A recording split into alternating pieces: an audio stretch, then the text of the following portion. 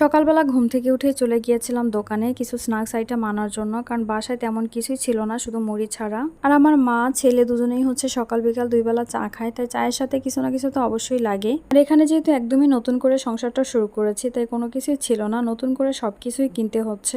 মানে চা পাতি চিনি থেকে শুরু করে সবকিছু নতুন করে কিনতে হচ্ছে, কারণ বাড়ি থেকে কিছুই আনিনি। আর এই যে আমার কিউট চিনির বয়ামটা, এই বয়ামটা কিন্তু অনেক আগের, মানে আজ থেকে প্রায় 10 বছর আগের। এই বয়ামটা ছিল আমার সংসার জীবনের। তখন এই বয়ামটা আমি আমার মাকে কিনে দিয়েছিলাম শুধুমাত্র চিনি রাখার জন্য, সেও চিনি রাখতো সব সময়। বাট এখন আমি আবার যখন নতুন করে আলাদা করে নিজের মতো সংসার শুরু করলাম, তখন এই বয়ামটা আবার আমার মা আমাকে দিয়ে দিল, বলতেছে এই বয়ামটা তুই নিয়ে যা, এটাতেই তুই চিনি রাখ। আসলে সংসার করতে গেলে মেয়েদের টুকিটাকি অনেক কিছুই সংসারে কিনতে হয়, তাই এগুলোর প্রতি মেয়েদের একটা অন্যরকম ভালোবাসা বা মায়া কাজ করে। আর যখন সেই মেয়েটার সাজানো গোছানো সংসারটা একদম নষ্ট হয়ে যায়, তখন তার কেনা এই ছোট ছোট জিনিসগুলোর প্রতি তার যে মায়া, এটা তারা কখনোই ভুলতে পারে না।